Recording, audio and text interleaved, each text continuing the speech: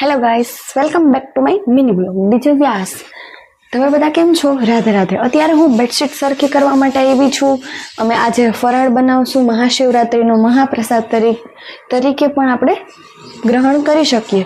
અમે ઘણી બધી વસ્તુ બનાવશું. હું તમારી બધા સાથે શેર કરીશ અમે શું ફરાળ બનાવવાના છીએ, શું કરવાના છીએ.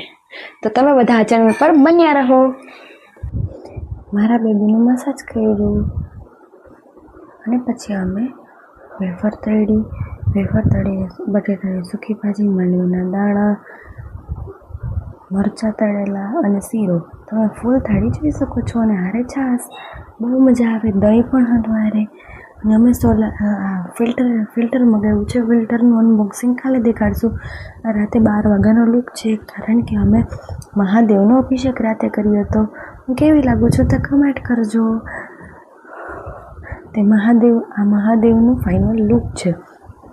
મહાદેવનો અભિષેક કર્યા બાદ અમે મહાદેવની આરતી ઉતારીને મહાદેવના થોડા ઘણા આશીર્વાદ પ્રાપ્ત કર્યા.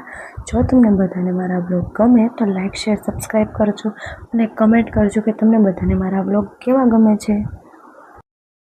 હંસાસન ગરુડાસન વૃષવાહન સાજે ઓમ હર હર હર મહાદેવ.